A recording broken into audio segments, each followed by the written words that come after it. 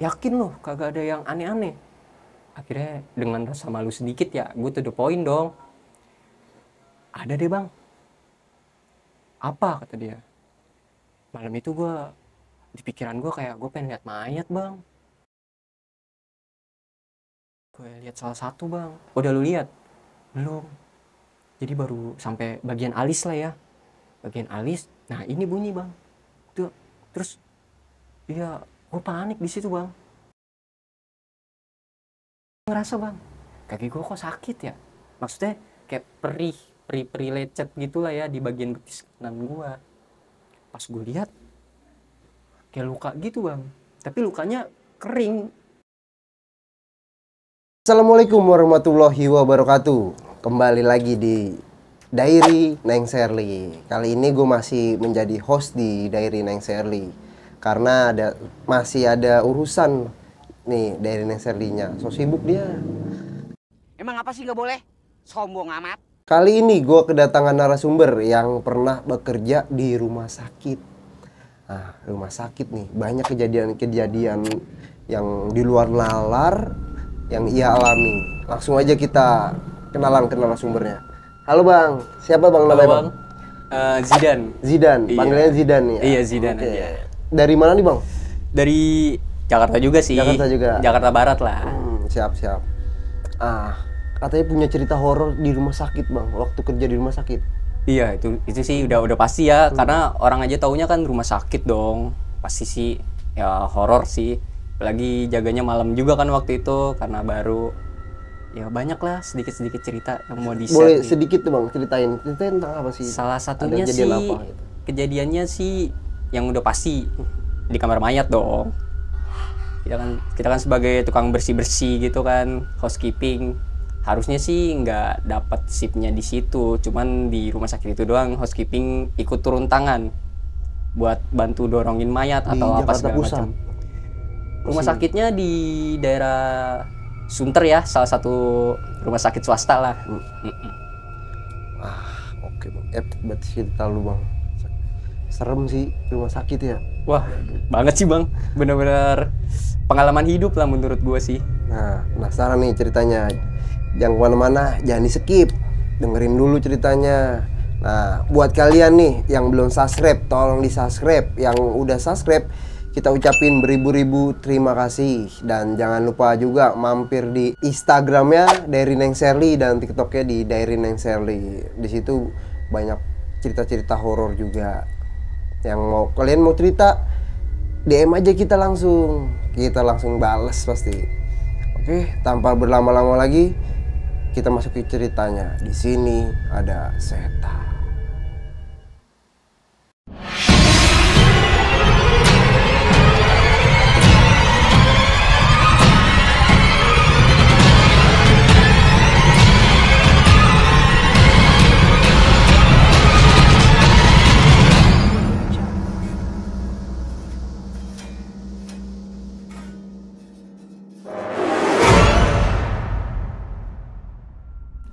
Jadi ceritanya itu gua kelar sekolah lah ya, tahun 2017-2018an tuh. Gua ngelamar kerja tuh di salah satu rumah sakit di daerah Sunter, Jakarta Pusat. Pertama gua niatnya di security dan gak masuk tuh bang. Akhirnya masuknya itu akhirnya gua lamar di daerah di bagian housekeeping ya. Bagian housekeeping gua masuk. Dan di minggu pertama dan minggu kedua ketiga pun dalam 1 bulan lah itu normal nih bang, jaganya shift pagi atau siang. Nah di bulan-bulan kedua nih mungkin gue dites juga nih sama SPV gue ya kali, dimasukin gue ke shift malam nih. Gue dimasukin ke shift malam, pertama gue mikirnya biasa dong kerjaan. Nah kejadian awal itu benar-benar kejadian awal yang gue alamin itu seminggu 2 minggu setelah gue jaga shift malam. Di malam itu ada seorang pasien lah ya, melakukan persalinan lahiran gitu. Nah udah kelar mungkin dia, saya dipanggil suruh bersihin lah ruangan persalinan tersebut. Saya sendiri, senior saya lagi ngurusin hal yang lain. Akhirnya Seperti ruang operasi gitu sih bang ruangannya? Ya, Seperti ruang operasi gitu? iya seperti ruang operasi, tapi lebih dipentingin buat persalinan kayaknya ya. lebih bersama. Bener-bener khusus gitu tempatnya. Akhirnya datang gue ke situ bang, dan benar saja mungkin sudah kelar persalinannya. Akhirnya gue bersihin nih. Pertama gue normal dong, masuk aja, gue bersihin. Menjelang 10 menit 15 menit tiba-tiba ada nih barang jatuh. Jadi padahal pas gue masuk itu barang itu kan semua normal nih, maksudnya nggak ada yang di pinggir-pinggir gitu kan yang menandakan ingin jatuh gitu. Tiba-tiba jatuh dari atas meja buat ngambil barang-barang operasi gitu, jatuh kenceng banget bang. Brak, gue kaget di situ. Pas gue nengok, lah kok barang jatuh. Di situ gue sempat positif dulu. Yang jatuh apa tuh bang? Yang jatuh Barang itu seperti apa ya? kayak pisau buat ngebelah mungkin ya, gue kurang tahu. Pokoknya alat-alat operasi yang kecil-kecil gitu, ada pisau, ada pinset, bahkan atau apa segala macem, banyak lah lengkap. Jadi dia tuh kayak satu tempat gitu, modelnya kayak mangkok, jatuh. Bro, Sama tempat-tempatnya? iya. Nggak ada Berantakan angin, nggak ada semua. apa padahal? Nggak ada angin, nggak ada apa itu makanya. Cuman di situ gue positive thinking, kesenggol sama gue atau apa-apa, karena kan gue sendiri, ya kan. Gue lanjut dong, gue beresin, gue angkat. Akhirnya gue lagi ngelapin bekas bercak-bercak darah tuh di lantai. Gue kan jongkok agak nunduk gitu kan, gue bersihin. Nah ini nih yang paling mantep nih. Jadi kan posisi buat operasinya itu kan modelnya kayak, kalau yang kalian tahu ya, model tuh kayak bangku yang biasa buat periksa gigi, tahu kan lu bang? Ya, tahu. Model kayak bangku gitu, cuman dia lebih tipikal ke tiduran, terus ada lampunya kan di atas gitu gede. Nah lampunya itu kan sejajar tuh sama bangku tuh tadinya tuh. Lampunya kan bisa digeser. Tapi harusnya kalau geser kan pakai tenaga gitu ya. Angin pun susah buat ngegeser. Cuman pas gue lagi ngelapin serius, tiba-tiba bunyi krek gitu, kayak ngegeser gitu Lampunya? pertama gue nggak tahu itu lampunya. Pas gue nengok ke atas, lah berubah bang 180 derajat, bener-bener 180 derajat. Di situ gue, wah gue langsung parno di situ. Akhirnya gue bangun, kan di rumah sakit ya, gue setel musik lah, belum terlalu gede lah, maksudnya standar aja biar nggak sepi gitu kan. Gue setel musik. Di situ gue masih belajar positif, gue berani sedikit, gue lap lagi. Nah ini tiba-tiba barang jatuh lagi bang, tapi lebih tinggi tempatnya. Dan yang gue lihat sepengetahuan gue, kayaknya itu barang yang belum disentuh dan bahkan belum dipakai sama suster atau dokter yang tadi operasi itu mungkin ya. Bener-bener di atas lemari. Itu pun kalau gue yang ngambil, itu pun mungkin harus jinjit. Bener-bener di atas lemari, jatuh kayak yang kejadian pertama itu, kenceng, dor. Wah gue kaget di situ bang, sampai gue loncat. Sudah di situ akhirnya gue parno dong. Gue telepon senior gue, bang temenin gue deh di sini, gue di sini gini. Dia ngetawain gue pertama bang. Akhirnya setelah cak cicu segala macem sekian, datang dia. Dari mana bang? Dia Tadinya di bawah tuh, di lantai 1 katanya sih. Abang di lantai? Gue di lantai 9 tuh. Memang tempat itu kan tempat buat baby atau poli anak gitulah ya. Tempat Iya akhirnya itu ya. Senior gue akhirnya naik tuh, samperin gue bang. Gue cerita tuh yang tadi gue ceritain ke abang nih. Pertama dia nggak percaya karena dia belum pernah ngalamin. Akhirnya kata dia, oke gue temenin deh. Akhirnya kita ngebersihin berdua. Gue ngebersihin nih bercak-bercak sama dia berdua. Nah pintunya itu modelnya kan, dia modelnya hampir kayak pintu mall yang kaca, tahu kan lu bang? Yang kalau nggak diganjel itu nutup sendiri. Otomatis ya? Otomatis. Dan dia tuh harus pakai kunci akses, kartu ID card. Jadi kalau dari kekunci harus kebuka dari luar, nggak bisa dari dalam. Ya gitu, kalau dari dalam harus pakai akses juga sih mungkin. Cuman kan kita nggak ada akses nih berdua. Abang lagi nggak bawa atau Memang nggak kalau housekeeping itu sebenarnya nggak dikasih. Jadi kayak SOP-nya kita itu ngeganjel sebenarnya ya. Nah itu udah gue ganjel kan, pakai modelnya gerobak housekeeping, tau lah yang biasa buat bawa sampah ataupun bawa sapu ya, abang tau lah ya.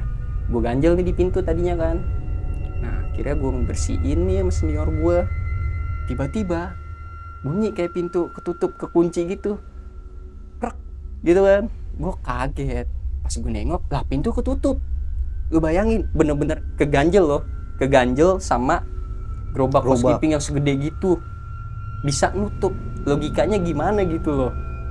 Di situ gue kaget, senior gue juga kaget, langsung, ah yang bener lu, ganjel lu udah bener belum? Udah bener bang, gue bilang begitu kan.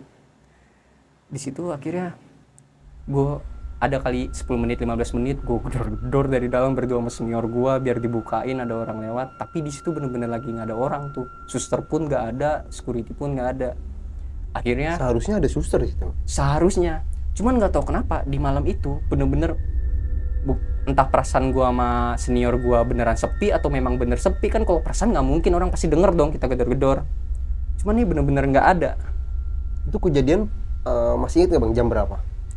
Kalau jam sih itu sih udah jam malam ya, udah pasti jam malam. Itu mungkin perkiraan gua nih bang ya, yang gua ingat-ingat itu jam 11 sampai jam 12-an mungkin, cuman gua kurang lupa. Pokoknya sebelum gue istirahat lah, itu udah mau mendekati. Nah akhirnya setelah gue berdebat sama senior gue nih, nggak ada yang gue bukain juga, nggak ada solusi. Oke akhirnya kita kelarin dong, kita kelarin, bodo amatan dulu lah, kelarin biar kita bisa istirahat lah. Dan kelar baru kita gedor-gedor lagi, kita gedor-gedor. Akhirnya dibuka, datanglah security, dibukain kita. Dia nanya, bercandanya serem banget lu, ngunci-ngunci pintu, kan lu pada nggak punya akses, katanya gitu. Lah kita berdua bilang dong, gua sama senior gua, ya kali kita ngunci pintu sendiri, maksud kita nggak bisa keluar, kita gituin. Akhirnya kita cerita dong gini. Nah senior gue cerita apa yang dialamin, gue cerita apa yang gue alamin dari awal. Dia mungkin kayak percaya nggak percaya mungkin ya, karena dia belum lihat. Jadi oh ya udah, akhirnya udah nih jam istirahat dong gua. Nah ini lebih mantep lagi nih bang. Yang pengalaman tadi itu udah dibukain akhirnya bang? Iya dibukain. Dan nggak ada kejadian lagi tuh di ruangan itu? Di ruangan itu sudah nggak ada. Tapi yang gue rasa kejadian itu masih mengikuti nih. Jam kita istirahat nih jam 1. Istirahat kita kan sejam, jam 1 sampai jam 2 biasanya malam. Nah posisi kantor housekeeping itu beda dari rumah sakit. Jadi ini gedung rumah sakit nih bang ya, di belakangnya itu kayak ada rumah. Nah rumahnya itu baru tempat housekeeping. Jadi kita jalan ke situ ya lumayan lah, ada 2 meter 3 meteran lah ya. Kita keluar dari rumah sakit, kita balik ke base camp.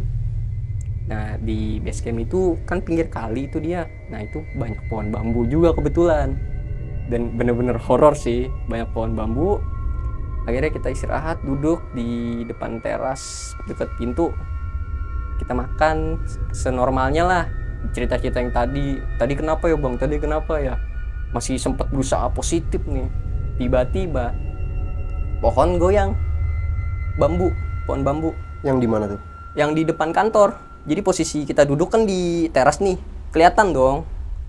Tapi kita nggak ngerasain ada angin sama sekali. Oh ya, kalau yang kalian pikir mungkin pohon bambu ketiup angin gimana ya bentuknya gitu lah ya, kelihatan. Tapi bener-bener nggak ada angin, bener-bener sunyi malam itu.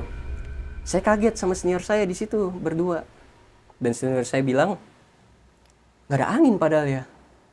Saya langsung iya nggak ada. Tiba-tiba saya ngedengar kayak suara anak ayam tuh, picik gitu. Nah dari pengalaman dari keluarga saya, suara anak ayam malam-malam nggak mungkin. Akhirnya saya beraniin diri bangun. Saya ke depan gerbang. Saya nengok ke atas pohon bambu tersebut. Wow, pengalaman saya pertama kali itu. Apa tuh bang? Ada bayangan putih bang. Itu bener-bener gimana ya? Saya juga shock pertama kali ngelihat itu. Entah itu di benak pikiran atau gimana. Cuman saya percaya nggak percaya juga ya. Bener-bener dia terbang gitu bang. Nggak ada angin. Gitu loh. Senior saya pun juga ngelihat. Kalau misalkan saya bohong kan nggak mungkin saya ngelihat ya. Pokoknya adalah senior saya. Dia pun ngelihat. Merinding bang. Itu dia. Gue sampai anjir, gue juga merinding lagi nih bang. Gue sampai akhirnya gue nggak kelarin makan tuh sama senior gue. Gue lari ke depan. Gue lari ke pos security. Makanan tinggal? Gue tinggal. Jadi nggak mikirin lapar, istirahat atau apa ya. Gue tinggal bang. Handphone gue tinggal di kantor. Karena saking takut itu. Iya. Ditongolin. Bener-bener pengalaman itu ya. Gue tinggal, senior gue lari. Gue masuk ke dalam pos. Gue cerita sama security. Ah bener loh gini. Terus mana tuh si itu senior gue tuh, gue cariin kok nggak ada. Pas gue nengok ke musola, dia di musola bang, di musola dia sholat. Gue tungguin akhirnya, pas kelar sholat gue tanya, kenapa lu? Biar hilang auranya. Tiba-tiba dia sholat. Dia Biasanya sholat jarang-jarang. tiba-tiba. Biasanya jarang-jarang bang, mukanya udah pucat, bener-bener kayak dia ngomong biar hilang auranya dan ngomong begitu bang, bener.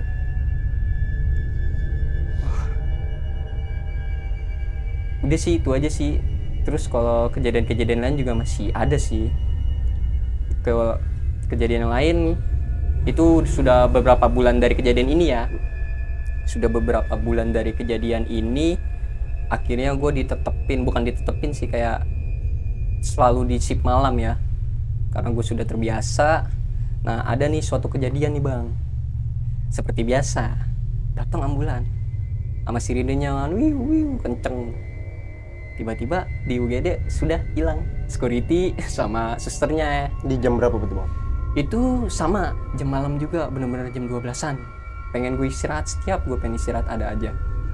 Dateng nih, dipanggil dong, Mas Zidan, minta tolong dong, biasa bawain.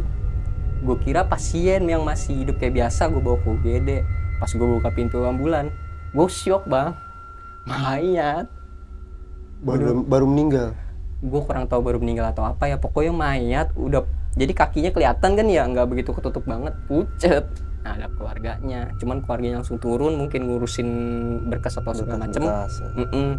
Gue tanpa basa-basi juga, karena udah kerjaan juga kali ya, gue turunin, gue dorong lah kayak biasa ke kamar mayat nih. Nah kamar mayat di situ kan berarti kayak lorong gitu ya, agak jalan lah kayak 2 meteran lah lumayan, jalan 2 meter ke lorong. Nah di sebelah kamar mayat itu tuh ada ruangan buat housekeeping, naro kayak kardus sama jerigen-jerigen gitu ya. Gudang lah ya. Gudang. Berarti gudang, sebelahnya itu kamar mayat. Kamar mayat, pintunya beneran sebelahan. Gue masuk nih, normal dong. Gue buka pintu, kuncinya sendiri bang. Sendiri gue, karena gue nggak ditemenin tuh. Nggak ditemenin, karena gue ngerasa di situ, udah biasa, mungkin barang jatuh atau apa jatuh. Tapi ternyata di luar dugaan nih. Gue masuk, gue masukin dong ke pendingin buat mayat, tahu kan ya yang modelnya kayak laci. Yang dari stainless itu bukan? Betul, yang dari stainless. Gue buka, gue masukin normal, gue tutup, sudah. Nah pas gue nengok ke belakang, entah kenapa di benak gue tuh kayak, kok gue gabut ya. Dan di depan gue tuh ada mayat, gue lupa ada 2 atau ada 3 ya waktu itu ya, di bagian luar. Entah itu mayat yang mau dikremasi langsung ataupun habis diotopsi, gue kurang tahu. Biasanya habis diotopsi kan nggak langsung dimasukin ya, biar di kasur di depan gitu. Pakai kasur dia. Iya, pakai kasur buat pasien kayak biasa gitu lah ya. Tapi ditutupin kan, tutupin apa nih? Ditutupin kain kayak biasa semua. Nah di situ atau di benak gue, terus gue ada rasa penasaran nih bang. Rasa penasarannya tuh kayak, gue iseng mau lihat mayat gitu, nggak tahu kenapa di otak gue begitu kan. Akhirnya gue samperin salah satunya nih, random lah, gue mau buka. Pas baru nyampe bagian alis lah ya, belum matanya kelihatan nih bang, tiba-tiba di laci mayat yang tadi gue taruh bunyi ngegedor bang, tapi dari dalam, kenceng banget. Yang di dalam freezer. Iya, yang di dalam freezer pintu stainless itu. Tau lah suara stainless gimana kan? Tuh kenceng sekali kan. Gue langsung nengok, kaget dong. Gak mungkin dong temen gue atau siapa jahil, karena gue nggak lihat ada orang masuk. Wah di situ gue langsung sedikit parno tuh. Akhirnya gue hilangin tuh niat gue tadi mau lihat mayat kan. Gue tutup lagi tanpa basa-basi, tanpa gue pikirin gue harus kepo buka freezer itu. Gue keluar aja, gue keluar dah, nggak mau aneh-aneh lagi kayak waktu itu. Udah cukup, gue mikirnya gitu. Kain tutup lagi nggak bang? Kain gue tutup lagi, rapiin lagi. Rapiin. Nggak jadi dilihat? Nggak jadi, karena di situ gue langsung parno bang, bener-bener parno gue, karena gue sendiri juga. Gue keluar, gue kunci pintu. Pas gue nutup pintu nih, di sebelah itu kan tadi kan ada gudang yang buat naruh housekeeping, naruh kardus gitu ya, naruh kardus sama naruh jerigen. Tiba-tiba jatuh, brok. Kan yang biasa gue tahu itu kan dus itu kan disusun itu kan tinggi ya, sampai benar-benar mentok di ujung plafon di atas tuh. Kan mustahil gitu ya bang, buat jatuh mustahil banget, itu harus benar-benar pakai tenaga kan. Dan kalau itu ada kucing gitu ya. Iya, ada kucing pun kemungkinan juga nggak terlalu bakal buat jatuh. Ini jatuh sama jerigennya semua bener-bener udah kayak lautan dus sama jerigen tuh. Jadi satu berantakan ruangan. semua. Iya, pas gue nengok di kaca, gue kaget dong. Wah, gue disitu langsung keringet dingin bang. Gue keringet dingin, pikiran gue langsung kacau bang. Dalam hati gue satu, terulang lagi udah. Terulang lagi nih. Kira gue gegas, gue kunci pintu. Gue cabut dong. Itu barang tetap beresin atau Bodoh amat, gue bodoh amatin dulu. Gue urusinnya itu pagi. Nah itu kan gue bodoh amatin tuh, gue langsung cabut. Karena gue nyari aman lah. Gue nggak mau ya kali gue kekunci nanti kan, kayak waktu itu kan nggak lucu. Gue keluar akhirnya. Nah pas di lorong nih bang, gue ngerasa nih ada yang mantau gue. Jadi kan jalan kan, gue lagi keringetan gitu ya. Jalan kan pasti sepoi-sepoi angin lah ya. Apalagi gue jalan agak jalan cepet gitu. Angin sepoi-sepoi, tapi dari seluruh badan gue normal nih. Yang aneh, dari bagian lutut mungkin ya, dari bagian lutut sampai bawah tuh panas. Panas kayak panas hawa tubuh. Jadi kayak ada orang lah ibarat di deket gue. Cuman gue pas dengan sugesti gue nengok belakang nggak ada. Cuman gue ngerasa ada yang ngeliatin gue gitu bang. Nah akhirnya sampai ujung koridor dong. Gue mau buka pintu nih, mau masuk ke koridor yang selanjutnya. Masuk koridor rumah sakit. Tiba-tiba kayak ada yang nyolek kaki gue bagian betis, nyolek set gitu, nggak nyakar nggak apa, tapi rasanya kayak dicowel gitu. colek aja gitu. Gue kaget tuh, gue nengok, gue udah panik di situ. Gue nengok, gak ada orang, gak ada apa. Gue positif, gue pakai celana panjang, mungkin kesenggol celana dikit lah ya. Tapi gue di situ udah berantakan lah pikiran gue, tetap gue pikir positif. Kira gue keluar tuh, udah keluar. Nah horornya pas pagi gue pulang, gue mandi dulu karena mungkin dia lengket ya. Awalnya gue nggak ngerasa niat apa, nggak ngerasa apa nih. Terus gue tidur kayak biasa. Pas bangun gue ngerasa bang, kaki gue kok sakit ya. Maksudnya kayak perih lecet gitulah ya di bagian betis kanan gue. Pas gue lihat kayak luka gitu bang, tapi lukanya kering, kayak berdarah dalam gimana sih, bener-bener kayak sesetan pisau lah ya. Pisau. Ini kalau nggak percaya nih, ada nih lah pokoknya bekasnya nih, abang lihat nih ya tuh. Iya karena ini sembuhnya lama bang. Kalau nggak salah sembuhnya tuh sebulan bahkan lebih kayaknya ya. Tapi udah coba diobatin kan? Udah bang, gue nyoba obatin waktu itu pakai betadine, pakai adalah obat apa namanya, obat oles arak lah ya sebutannya lah ya, obat Cina. Gue cobain tuh katanya ampuh, enggak bang. Jadi tuh model kayak sembuh kering sih, cuman ada nanahnya gitu, ada nanahnya basah. Nah, bahkan sampai gue cobain ekstrim, gue pakai alkohol, gue siram bener-bener sampai gue perih banget, gue sampai gelojotan, tetap nggak sembuh. Akhirnya di situ gue mikir, apa karena kejadian malam itu ya kan. Akhirnya gue kerja di suatu hari, gue kerja masuk kayak biasa sih malam, gue ketemu sama senior gue yang shift siang sampai sore tuh, yang tukeran shift sama gue. Nah dia itu orangnya kayak tau lah gitu-gituan lah ya, maksudnya paham lah bang, lebih paham lah. Gue tanya dong, bang gue mau cerita nih, gue ceritakan panjang lebar nih bla bla bla bla, gue tunjukin bahkan luka gue. Dia kaget, kok lo nggak bilang kalau udah lama ini luka? Ya gue mikirnya luka biasa bang, tapi gue udah obatin, gue ada apa? Gue mikir-mikir lagi, lah gara-gara kejadian malam itu, gue bilang. Akhirnya gue diajak sama dia, sini lo ikut gue. Jadian yang abang dicolek itu? Gue ngikut dia dong, gue kira gue mau kemana. Tiba-tiba ke kamar mayat, gue kaget. Lah gue kan nggak cerita, gue cerita cuman gue habis dicolek bla bla bla bla kan. Tiba-tiba kamar mayat, kok kamar mayat gue gituin. Tiba-tiba dia buka pintu, masuk sama gue. Dia ngomong, loker yang mana yang bunyi? Gue kaget. Loker apa tuh bang?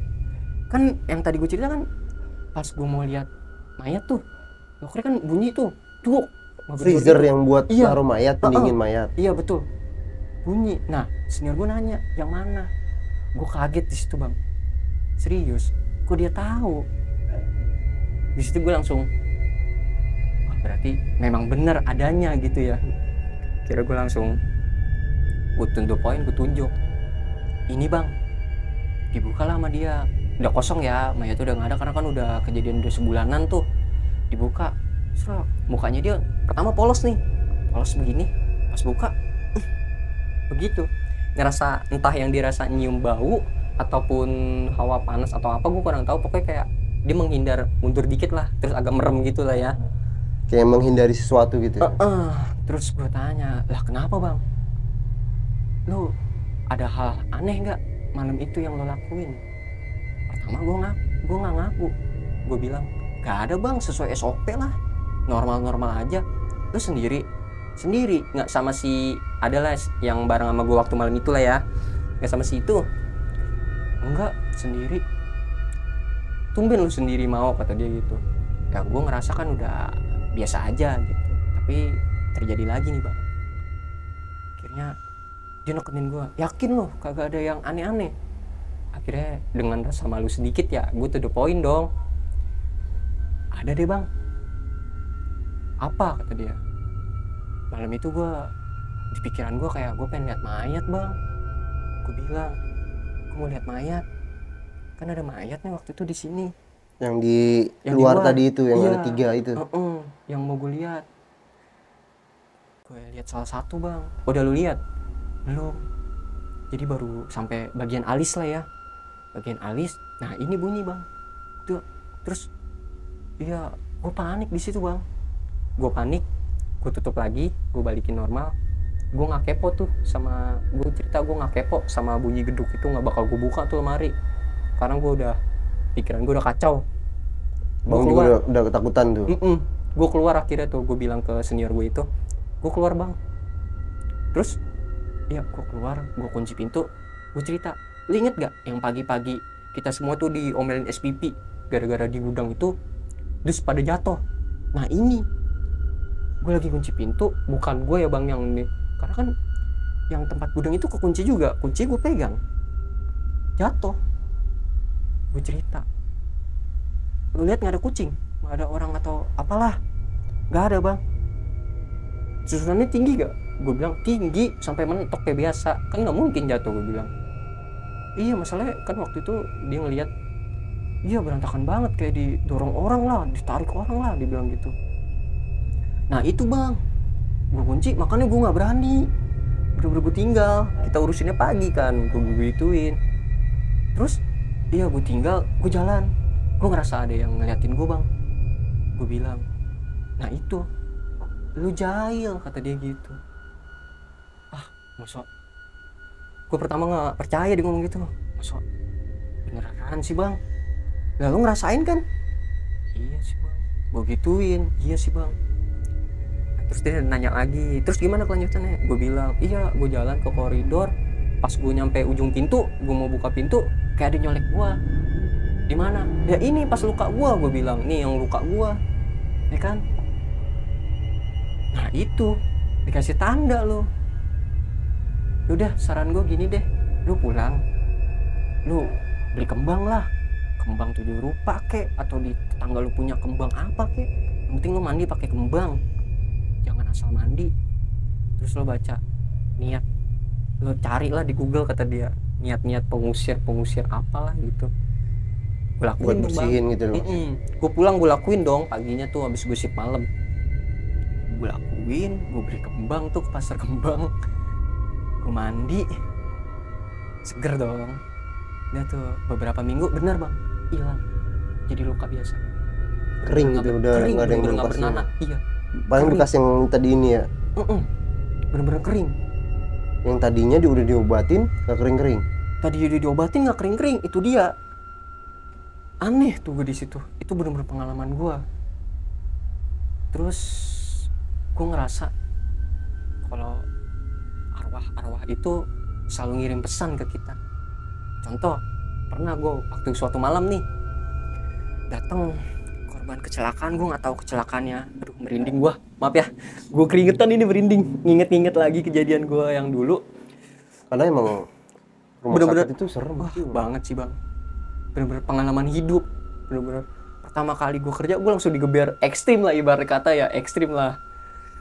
Nah suatu kejadian tuh malam ada orang kecelakaan tuh datang pakai bajai seperti biasa. Gue bopong nih. Nah sebelumnya itu gue nggak tahu ya di kecelakaan jatuh dari motor, tabrakan mobil atau apa ya, gue kurang tahu kan, gue nggak sempet nanya. Jadi dia datang sama orang di belakang bajai, dia berdua sama supir bajai itu bertiga kan. Pas turun akhirnya gue bawa ke UGD, gue bopong. Nah mukanya itu setengah hancur bang, bener-bener gue nggak tahu keserot aspal atau kena apa ya, sebelah kanannya tuh bener-bener hancur, yang kiri tuh pucet, dia agak merem dikit jadi kayak kesakitan mungkin ya, meremlek gitu. Terus gitu. Keadaan masih hidup itu? Keadaan hidup, tapi hidupnya maaf nih ya, antara hidup dan enggak gitu. Udah sekarat berarti? Iya, gue bopong dong, karena kan kalau gue ngambil kursi roda posisi di depan koridor, makan waktu. Gue nggak mikirin waktu di situ, gue mikirin ini orang harus ke UGD dulu deh, buru-buru minta ditolongin.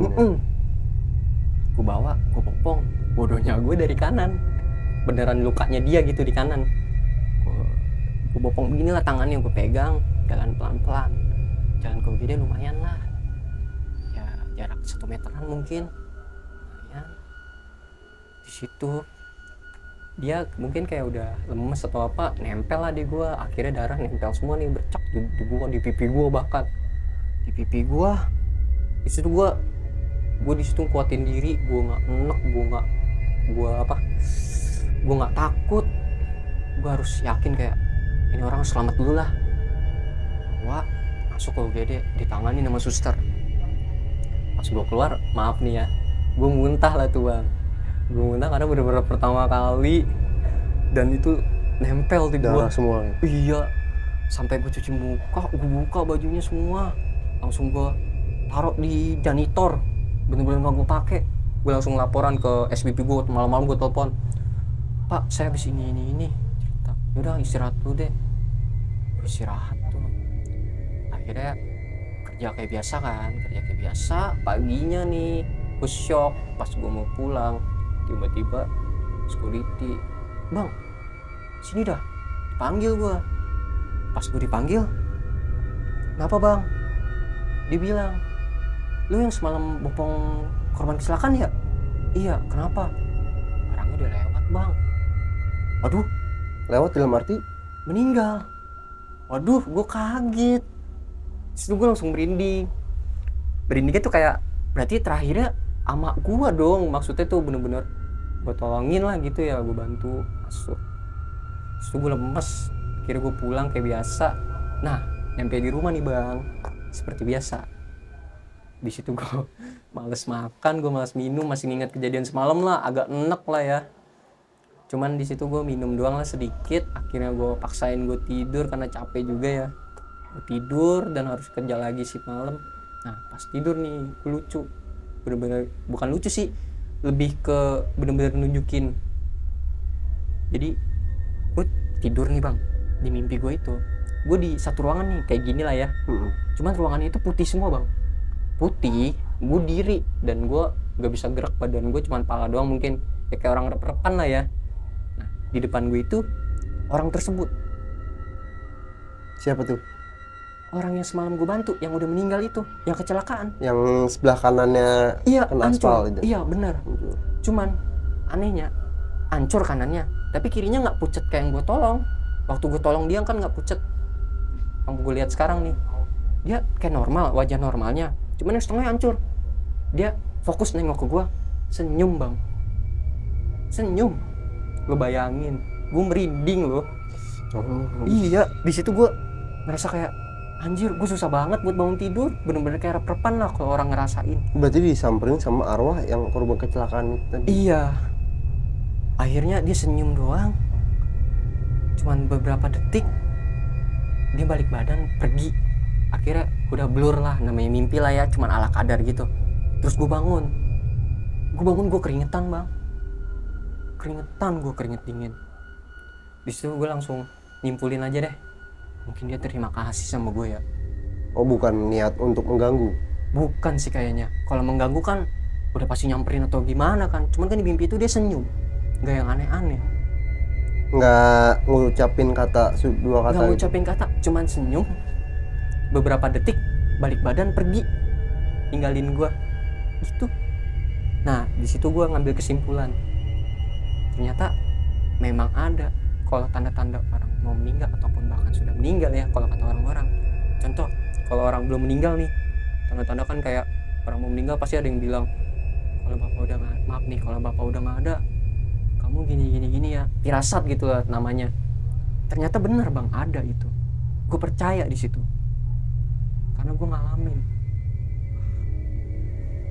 Berarti si korban itu kecelakaan ngucapin terima kasih kali bang, pas di rumah sakit itu ditolongin, dibopong sama abang. Iya, dan bahkan gue sampai mikir, jangan-jangan si tukang baja juga disamperin nih sama orang yang bawa dia nih.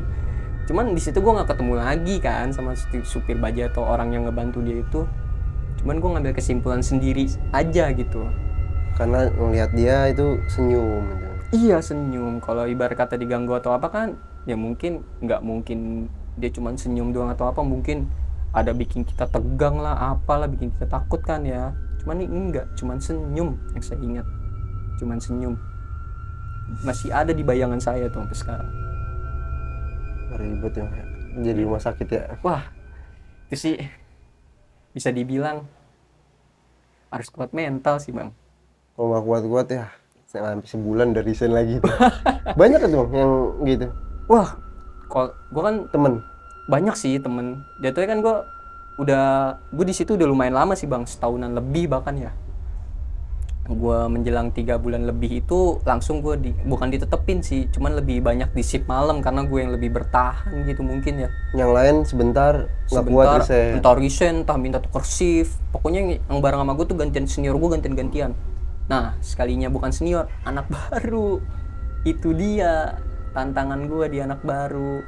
Yang belum bisa apa-apa udah dikasih shift malam. Iya, gue harus ngajarin, 2 gue harus ngasih dia keyakinan. Kalau lo begini nggak usah takut, siap mental. Ya hampir sama lah kayak supir-supir ambulan lah, bisa dibilang ada aja gangguannya. Iya. Wah bang, terima kasih banyak, lu cerita lu epic banget dan bulu kuduk gue jadi merinding. Sama, gue juga nginget lagi nih, nih. sumpah. Tuh gue sampai keringetan lagi nih bang. Gue nginget lagi kejadian gue. Itu karena bener-bener awal kejadian gue. Karena selama sekolah ya, bahkan dari gue kecil, kayaknya nggak pernah gitu. Mungkin dengar cerita-cerita doang ya dari orang ya, dari keluarga juga. Cuman pas gue kerja, gue nggak tahu kenapa langsung di rumah sakit. Cus, ngalamin gue. Ngalamin kejadian-kejadian horor. Iya. Tiap hari ketemu mayat. Wah, itu sih udah jadi sarapan sih katanya sih, asupan setiap hari lah. Nah, bisa ceritanya epic banget kan. Jangan lupa subscribe dulu yang belum subscribe nih. Oke bang, kita ucapin terima kasih ya udah berbagi cerita di Diary Neng Sherly ini. Sebenarnya masih banyak sih bang. Masih banyak bang cerita? Masih banyak, karena kan sekarang gue ojol nih. Tapi lanjut part 2 lah ya. Nah, oke, tahan dulu bang ya. Siap, kita tahan dulu. Tahan dulu. Buat cerita dari Bang Jidan yang mau komen di bawah ya, komen buat dengerin cerita selanjutnya dari Bang Jidan nih. Ada apa? Ada cerita apa lagi dia nih? Oke. Bang, Bung udah malam juga nih ya. Iya. Kita pamit undur diri bang kali ya. Siap. 2 Adi, Zidan. pamit undur diri. Terima kasih. Assalamualaikum warahmatullahi wabarakatuh.